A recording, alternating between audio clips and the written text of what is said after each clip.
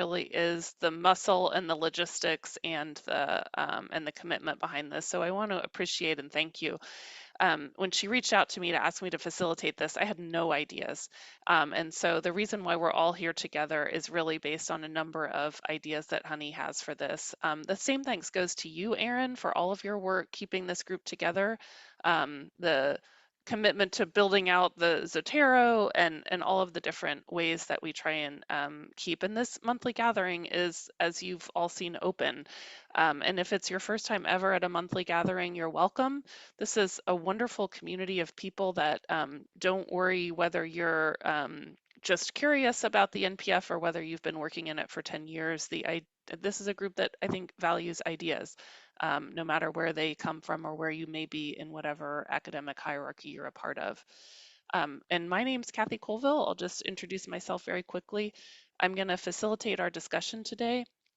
I am in my first job in academia, and I'm at the UNC Chapel Hill School of Social Work.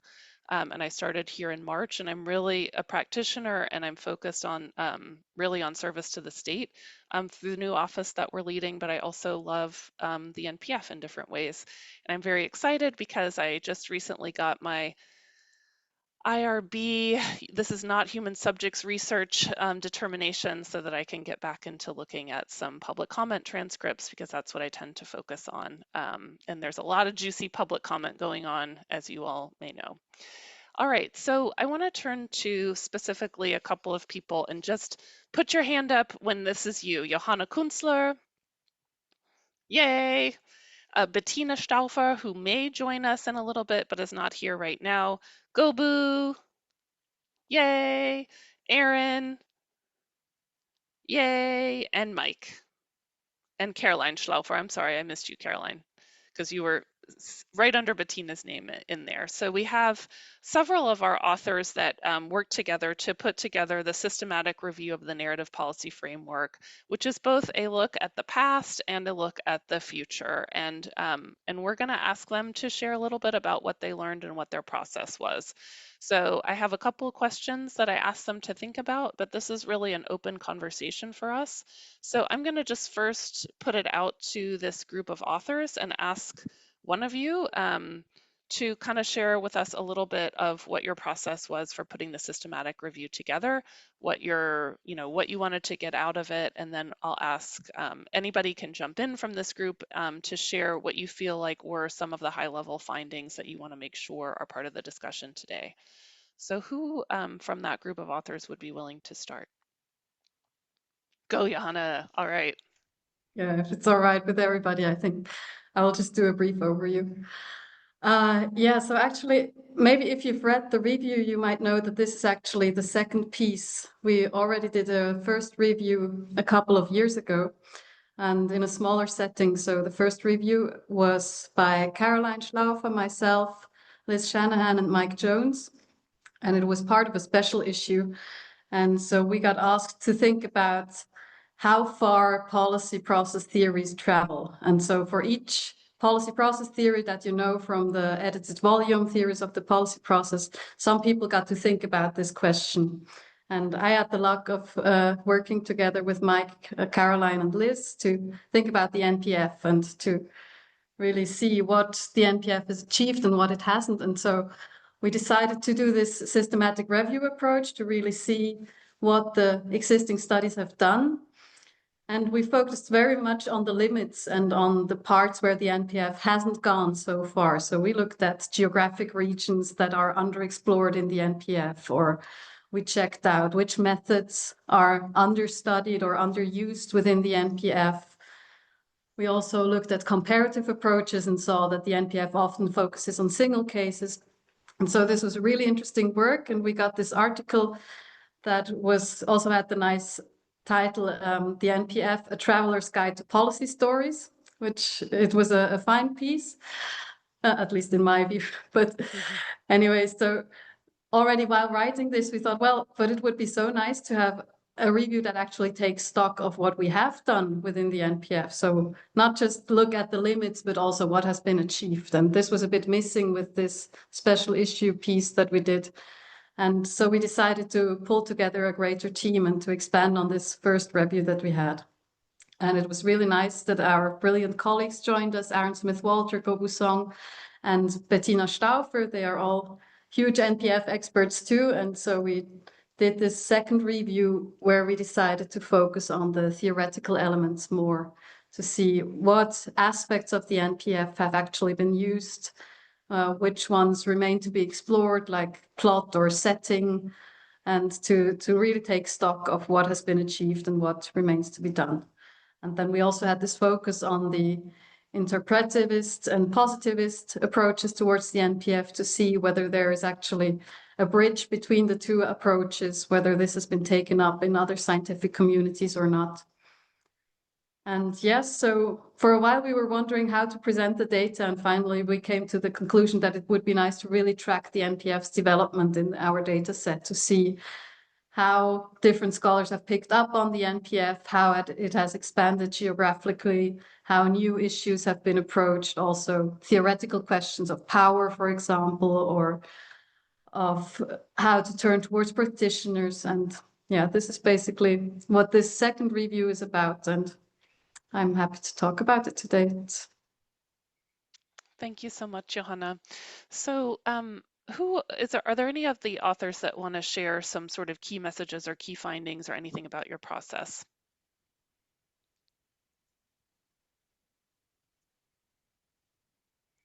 All right. Well, let me kind of one of the things I thought was interesting is how you break the time period that you're looking at into sort of eras of the NPF. And Geoboo, just because your head's nodding, I'm going to ask you to elaborate on that a little bit more for us.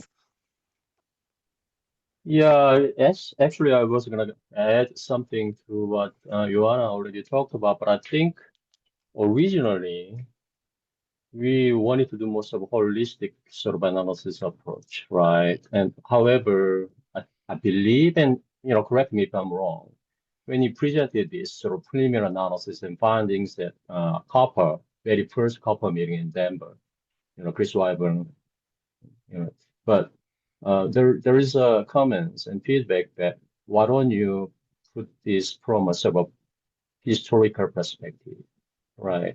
And so I think that we kind of impute that idea and try to turn this into some sort of historical analysis of NPF.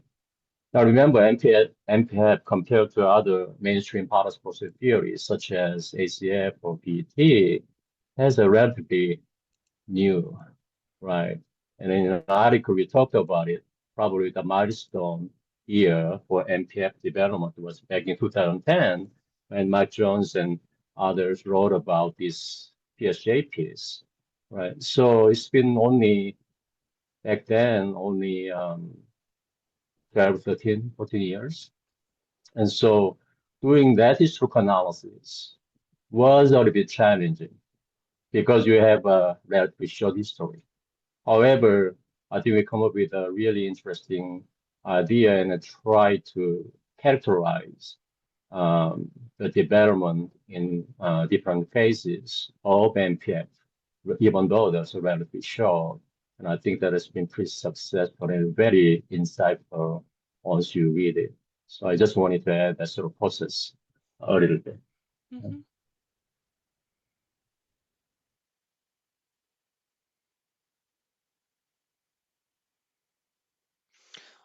All right, so just to kind of break out these eras, if we look at the way that you all portrayed these, we've got the pre-NPF, the inception, the normalization, the ascending, and the internationalization. And we're kind of going from 2005 with the pre-NPF, inception at 2010, 2014 normalization, 2018 ascending, and 2021 internationalization. For those of you that are authors of this, is there anything that you would sort of share that you saw in that historical arc that stands out? If I can jump in, there's lots of things that stand out of it in terms of its development, but I think Mm-hmm. when doing one of these sort of histories, it would be easy to just kind of start at 2010, right? Mm-hmm. And because I was there in the early years, less so even than say Mark Macbeth and Liz Shanahan, who were doing a whole bunch of work, really at what would later become defined as the meso level, right? And so then the NPF is kind of born of the ideas of merging the micro and the meso, and you know, and Liz wasn't a part of that initial piece. In retrospect, yeah, she really probably should have been, but the lives were going in different places and all that. Um, but yeah, I think I just want to emphasize that point that Mm-hmm. pre-NPF stuff is super, super important, and without it, we don't get 2010. That Thanks, Mike. Go ahead, Caroline. Yeah, what I remember from this was really this period after 2018, what we call ascending, was when kind of the NPF articles exploded. While there were Mm-hmm. not that many before that, it really we saw quite a big growth. What we also discussed quite a long time was how do we make these periods, right? Mm-hmm. Where do we draw the line? And what we did was that we always had a specific publication or special issue. We had, well, the inception started with this 2010 piece naming the Mm-hmm. NPF. Then the normalization started in 2014. There was the book, Science of Stories, that came out. In 2018, we had a special issue in PSJ, in Policy Studies Journal, that kind of marked the line. And the internationalization was a special issue in European Policy Analysis, exactly having this internationalization, Europeanization of Mm-hmm. the NPF. Just Mm-hmm. also to explain a little bit how we drew the line of these different periods in time. Thank you, Caroline, for reminding us of that, because as Mike was talking, I was thinking to myself, when was the first NPF chapter in the Weibel book? I'm sorry, it's now orange. The Theories of the Policy Process, was which 2014. So 2014, and the is it edited now? volume, yeah, Is this now the third? This version is the third time that there's been a chapter. yeah. Okay, gotcha. Go ahead, Geoboo. It's just a little side story. When we submit the manuscript, we actually missed the milestone. So one of the reviewer actually pointed out that, hey, this is a milestone in NPF development. So everybody, oh wow, why did we miss that? So we added that and use that as a you know milestone event to initiate that sort of different phase in NPF historical development. It's embarrassing, Gobu, and I'll say that because it probably is the most important sort of development in the growth of the narrative policy framework, because getting into theories of the policy process was a pretty big deal for the visibility of the framework and the recognition. I can't imagine anything bigger that happened to it, right? So And Mike, you and who else wrote that first chapter in 2014? Was that Mark, you, Liz, Mark, and Mc, Mark? Mark and Liz, yeah. Okay. And do you remember anything of that process of the request, or how do you get into theories of the policy process? Chris Weibel emailed us and Okay. let us know that they were interested in having us, and so we said we'd think about it, and took a couple weeks. No, I'm kidding. I tried not to respond in 3 seconds, and then after that email, I ran around the house screaming, "Oh my God! Oh my God! Oh my God!" Right? So that's kind of how that went. Excellent. Thank you for the behind the scenes look at what that looks like, and how cool we all act in not responding within 3 seconds when we get at these stream invitations. So I sent you all some questions to think about ahead of time. And the first one that I was really struck by, and these are just that Kathy Colville reads the article and has these kinds of responses. So I want to invite others to ask questions as well. But I was really struck by the real invitation to be in dialogue with interpretive scholars in this. And that's been such an interesting part of just watching an evolution for me of the NPF over time.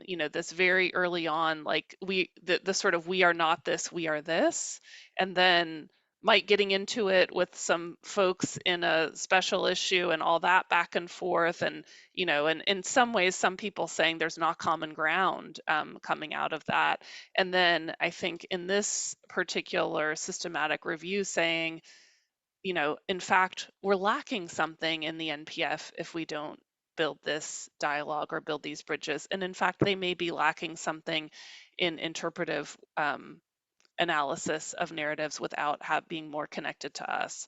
So I wanted to ask you all to answer that first question, which is, what do we not have in the NPF if we don't have a stronger relationship, or what do we think we may gain from being more closely connected to interpretive analysis of policy narratives? Go ahead, Johanna. Yeah, Oh, and maybe I then could Caroline. just Yeah. start, because I think this is really where you see the value of looking at the NPF development historically, because I think it's some sort of dialectical movement that we had here, right? Or that especially Mike, Liz, and Mark had.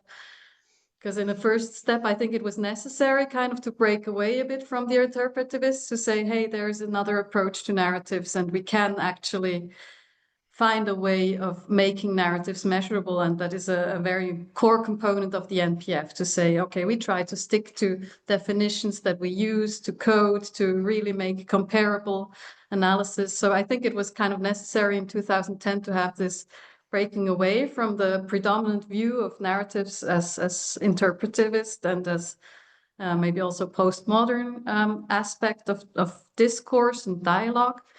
And then, like in the dialectic movement, it came back again in 2015, and it's still partially moving back, because I think what we have noticed when doing NPF analysis is that it is nice that we are measuring and that we are counting and that we can do these overarching big pictures, but what we lack maybe sometimes, as opposed to interpretivist studies, is the attention to detail, the richness of context, to see the bigger picture.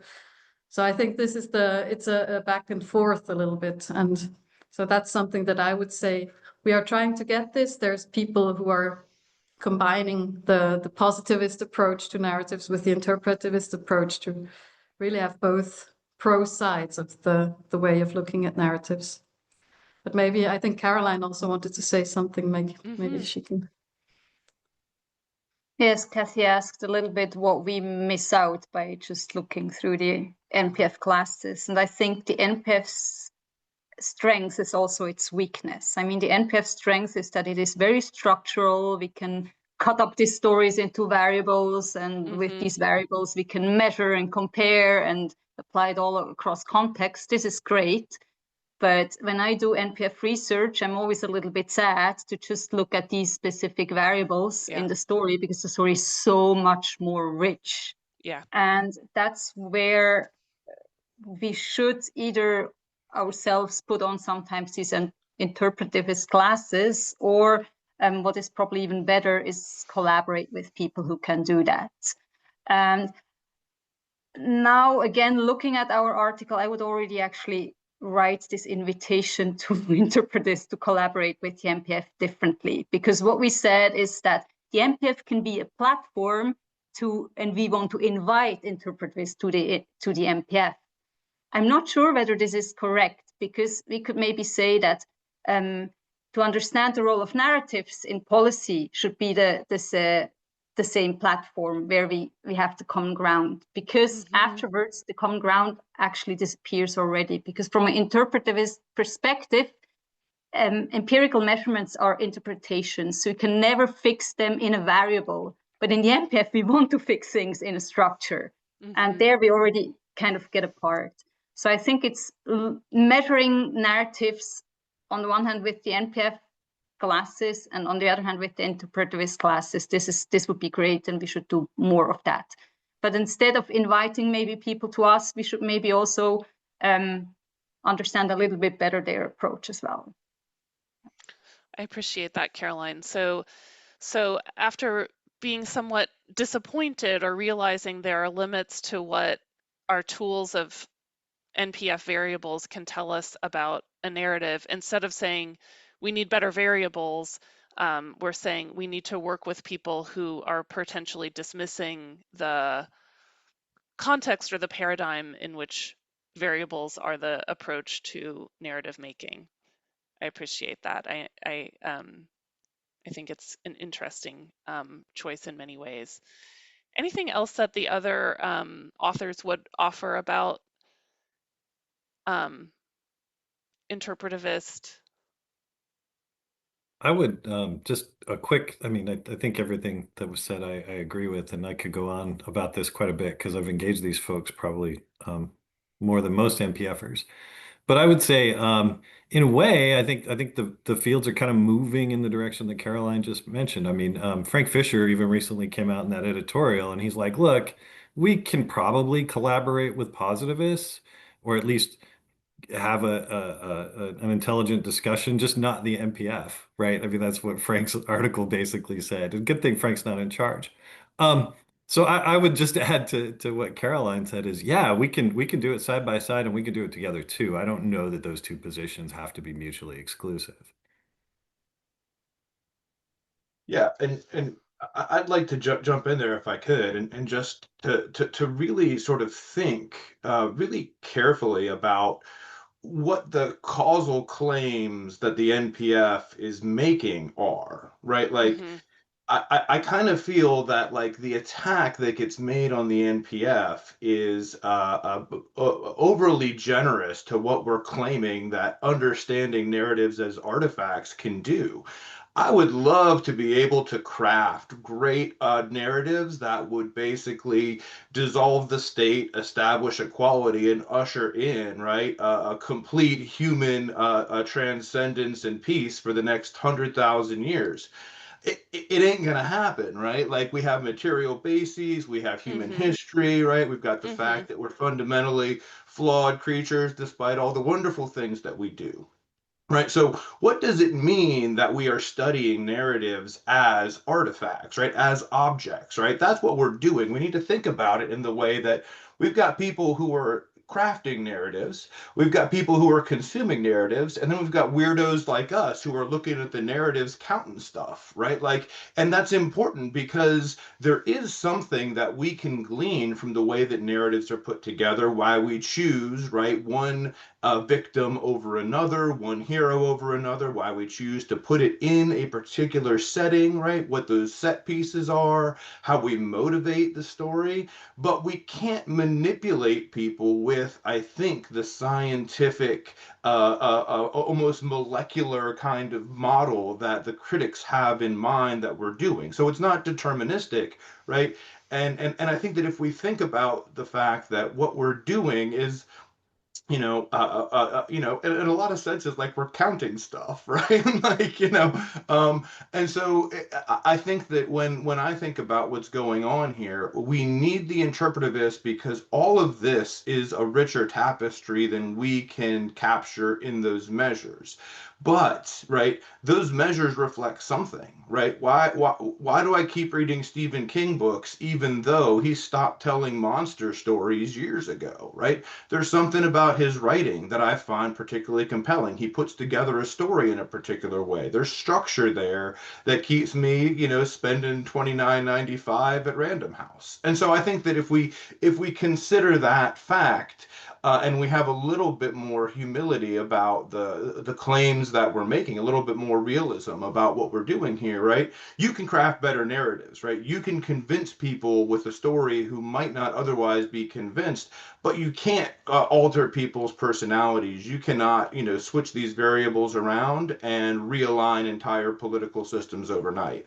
And so I kind of feel like there's that kind of tension that we need to be very clear that what we're doing and what we're not, what we're claiming and what we're not. I guess that's what I would add, right? Like, we just need to be very conscious of what the NPF is claiming to do, and then I think that this dialectic movement back toward the interpretivist is, once we get what we're claiming to do right, now let's go ahead and bring back in some of the larger contextual factors and understand why a story that's well put together works on one person and doesn't work on another and might be different in different contexts.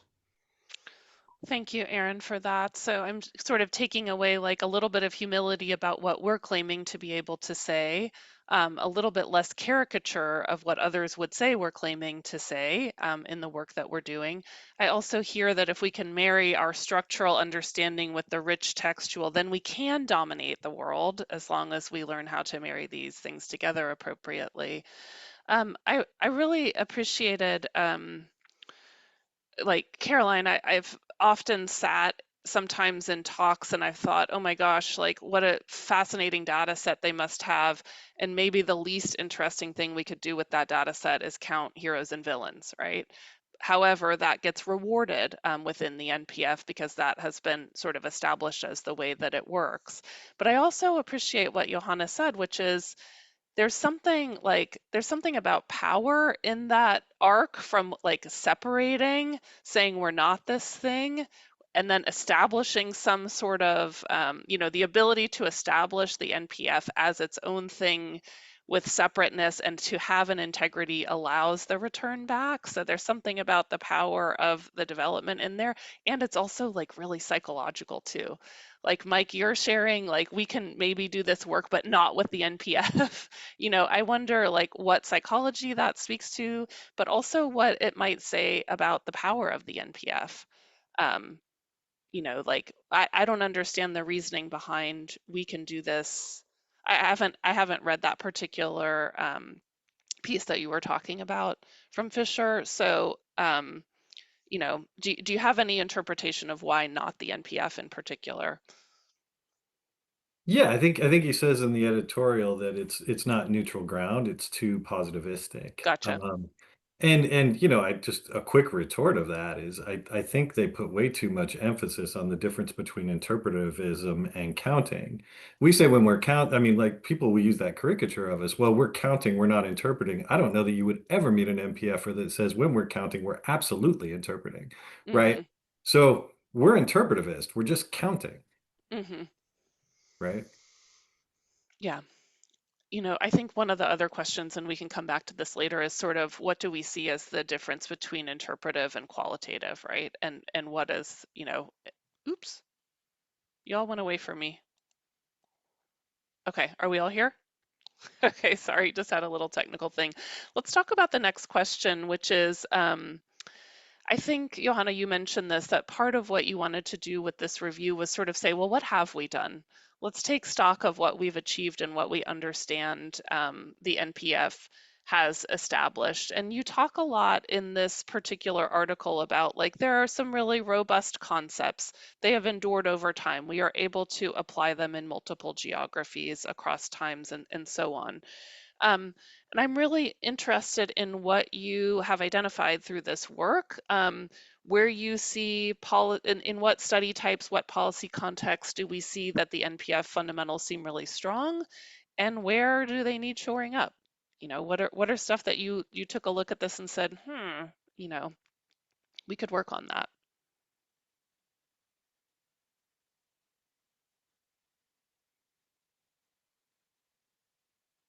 Was this a question to me specifically, or? It's to the group, but since you unmuted, it's definitely to you, Johanna. Okay, perfect. Yeah, well, I mean, what we see throughout the whole process from 2005 until 2022 is that the characters are really something that has worked well within the NPF, that has been used a lot consistently, mostly. So this is really something that seems to speak to people in very different contexts and to be applicable to very different contexts, be it policy contexts or geographic contexts. And then there's certain elements which are much more fuzzier, like the setting I mentioned before, or plot has been conceptualized in, I think, in at least 4 different ways since the NPF was conceived. So I think, yeah, it really depends on the specific concepts. We are still working on the single concepts, actually, I think, often not on the hypotheses and on the connections between. But I think there's really valuable work that has been done lately, for example, by Jonathan Ruff. He has worked on plot specifically in 2 articles, one co-authored and one single-authored. And I think this is really example how you can elaborate on this. He has really used insights from narratology, so basically from literature and cultural studies, which is, I think, a very important basis to what the NPF is and what can be known about narratives. So I think we will need more work on this. But then, of course, it would be very interesting to see connections between the single elements and to really have these arrangements, because narratives, after all, are a sequence of information. That's what makes a narrative different from a frame, for example. It's not just one piece of information, but it's several things that get together and are put together in a specific way strategically. So yeah, I think we have still lots of things to explore.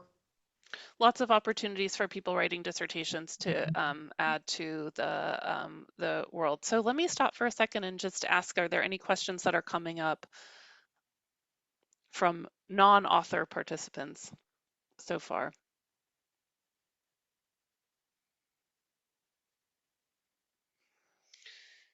All right, I'm going to jump in and ask you all to talk a little bit about the part of the review where you're talking about future research, where there's promising avenues opening up, where you see cool exploratory work. I think Johanna just mentioned two examples. One is getting more clear on the concept of plot, and another is lessons from narratology. I mentioned in the question I sent you before, you have this wonderful phrase in your article where you caution against the NPF becoming a conglomerate of only partially coherent components, right? This idea of focusing on the components and the work that we have to do, but then figuring out how they connect back to each other.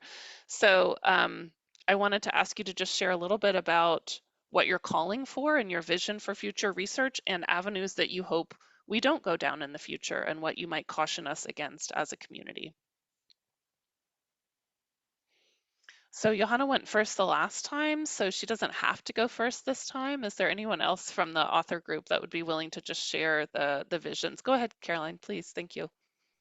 I think I can try. I just want to also underline what Johanna said and what you just mentioned, that so far we focus, especially on the meso level, often on just single narrative elements and not in combinations. So I think a story is always made out of combination of narrative elements, and I think there we can still do a lot of work.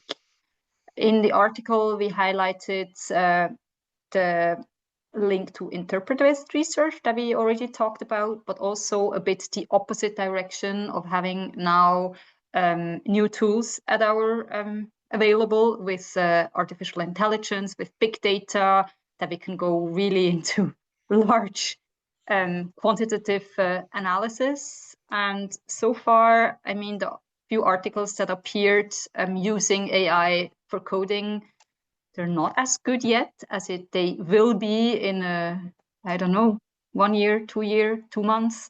So I think we will in future not do manual coding anymore, and I think there's a lot to do in this direction. One thing that is still missing is comparative research.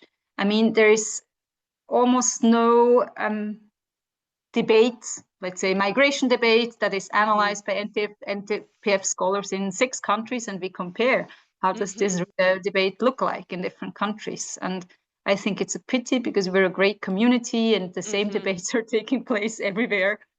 We could do a bit more comparisons across geographical contexts.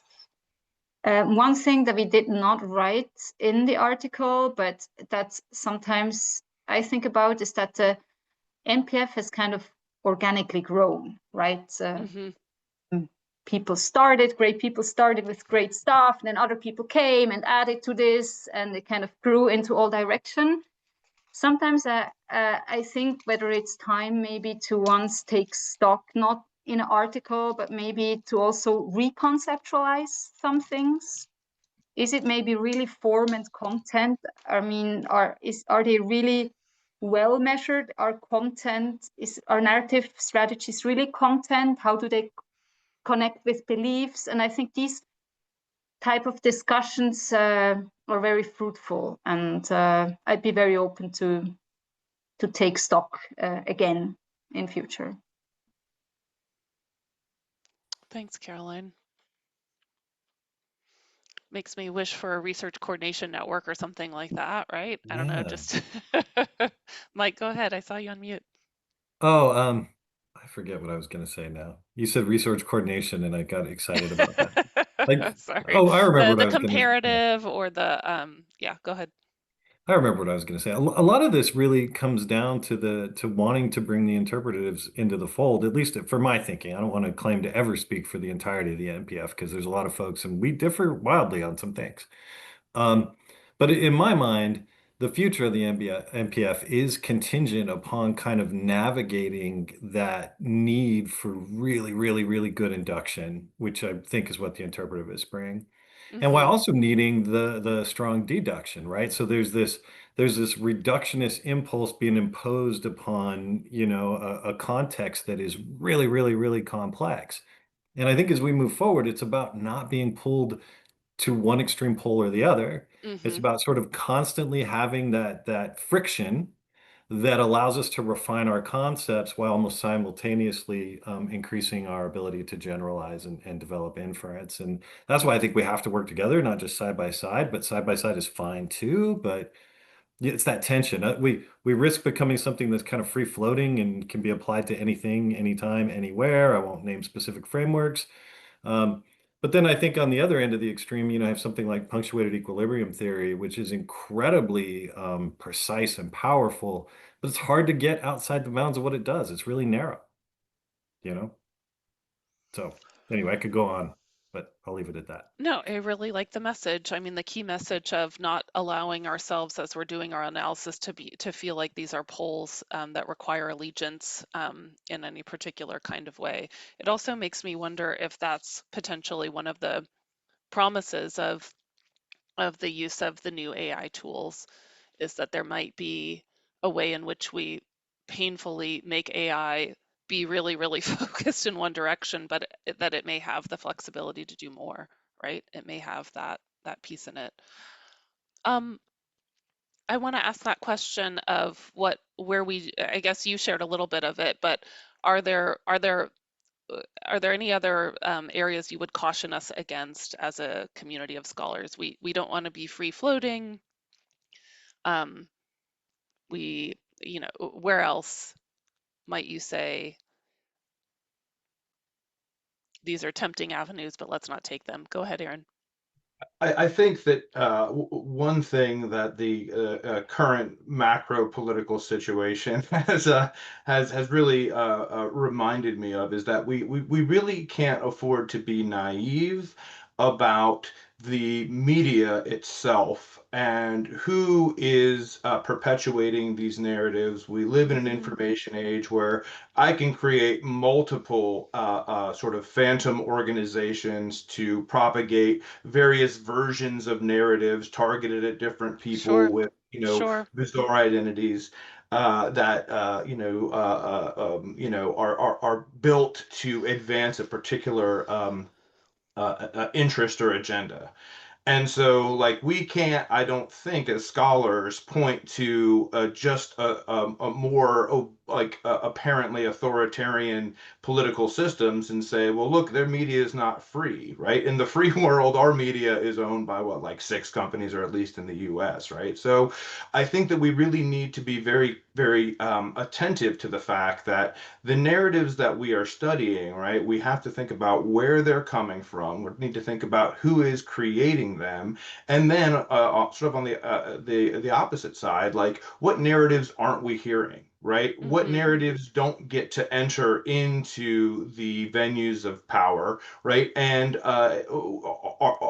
what causes certain narratives to advance and fail, and what doesn't. So I think to be a little bit more conscious of the waters in which we swim, right? And we can't Yeah. take the fact that these narratives exist, especially with LLMs, right? We can generate narratives till the cows come home.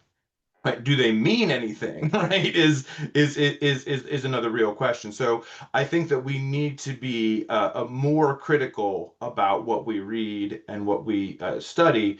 And I also think that that is one of the roles for the NPF, right? And maybe one of the things that we can do is help people think a little bit more critically about what the design principles behind these persuasive narratives are trying to accomplish. Not necessarily so that they can be better producers, although that'd be great, but also more informed consumers about how manipulation goes around. Like in the US, right? Yeah, we got to support the troops. We got to support the troops. Always support the troops. Why, right? Like what's going on, right? That we have this fascination with, military service as something which is unquestionable, and we can use it to justify support for any number of things. You say the same thing about, kids and all that kind of stuff. But what's being done here? So I would just say that criticality based on a better attention to media ownership and that kind of thing would be something that we should not overlook as we study these narratives. So go ahead, Caroline.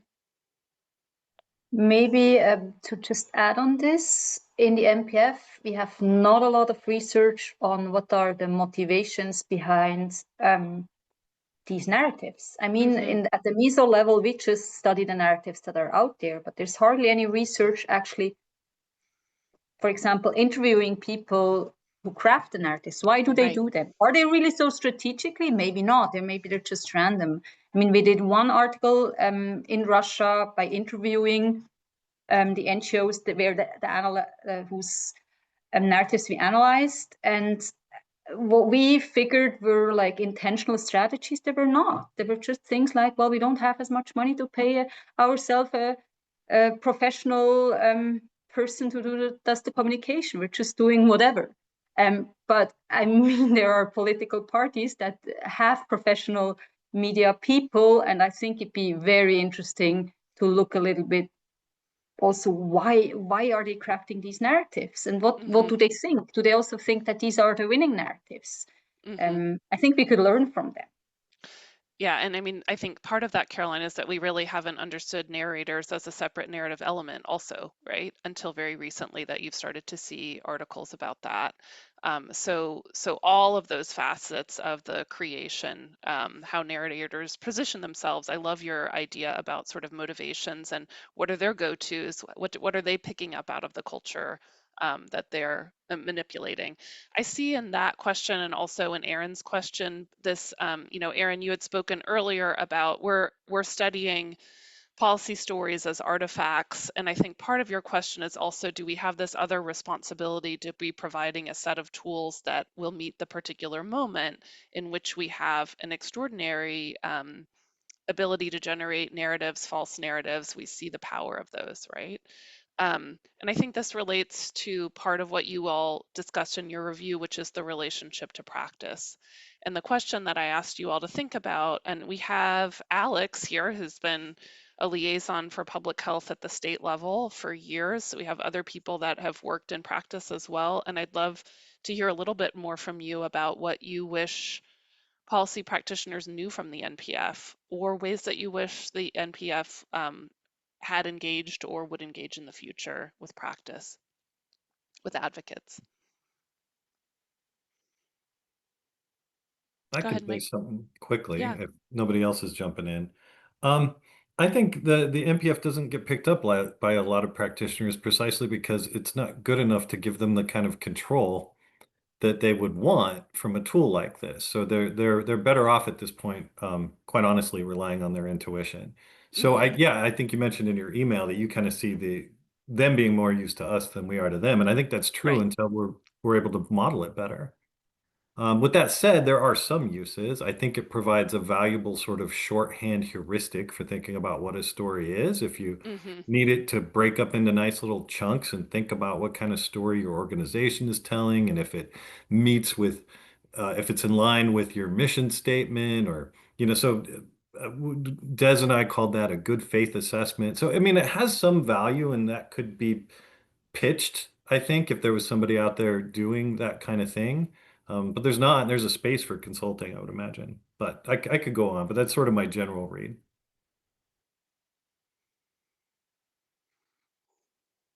All right, well, we'll throw it open to any questions. There's a question in the chat about PET, punctuated equilibrium theory, theory and NPF.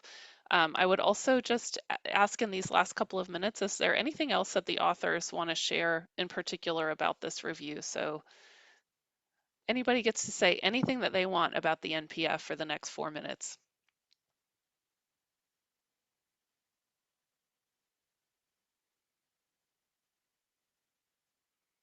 I mean, I'll try to throw something out there when it comes to PET Awesome. and NPF. I think that one of the things that I really value about PET is that, they can look at, these big macro public expenditure data sets, and it's like, hey, look, here's where, we shifted a lot of public resources. And as anybody who's in this meeting or anyone who's taken a class with me knows, I can talk a lot, and talk is relatively cheap, right? But what, a lot of what matters in many political systems is, where do you put your money, right? Where do you put those dollars that are, buying politicians, or that are, mobilizing signature generation, whatever it is, right? And so PET and the NPF, when do narratives change, right? Do we see narrative change coinciding with massive public expenditure shifts? Do we see that narrative stability, right, is associated with stability in particular spending categories, right? Beginning to tie the interests, right? If you want to think about it in vulgar Marxist terms, like, you can think about your base and your superstructure, right? Do we have like the political system that's humming along, getting the people paid who own the country, and then is the NPF the icing on the ruling class cake? We could look at it that way, right? It's certainly more complicated, but do we see that narratives are used to sell particular policies, and then the spending does different things, and do they react and how they react? I think that the PET data set has a lot of potential for that kind of interaction. Again, once we begin to generate, coding, as Carolyn indicated, like along sort of like comparative lines, we have to have that level where we can look at different instances of what's going on before we can know, is this institutional, is this a narrative based, what's going on there. So I would say that that's something that I would love to see, but I'm not going to be able to do that myself. So other people should definitely do that work. All right, so Aaron got the final word. Let's take like 2 seconds to just think of how much smarter we just got in the last hour by being together. Me, at least 27% smarter. I really appreciate the thoughts. I loved the systematic review article. It gave me so much food for thought about the process. I love that you all came together to do this. It's really a gift to our community to have that as a touch point to go back to. And thank you for sharing your thoughts with us today. Honey, I think you might have an announcement about the next one coming up. Okay, cool. I do. So save the date. Our next community gathering will be Wednesday, December 10th at 11 a.m. Eastern. We have a special guest, Lily Selznick, who is a law student currently, but she recently had a publication based on her master's thesis. And so we'll be featuring a student at our next community gathering and their recent work. So save the date. I'll be sending out an announcement pretty soon. And you said it's December 11th at December 10th at 11 a.m. Correct, Eastern time. Thank you, honey, for thanks to everybody who's been working on this. I wasn't able to attend as many as I wanted to last year, and I'm going to try to do way better. It's been a crazy 6 months, but yeah, let's give a shout out to Eula on that too. I'm sorry, Eula, that I forgot to mention you earlier, but one of our organizers. Thanks, Mike, for mentioning that. It's really a wonderful time to be together. All right, on to the next meeting. Enjoy the rest of your day. Thanks, everyone. Thanks, everybody. Thank you. Bye, everybody. Bye-bye. Thank you. Bye-bye.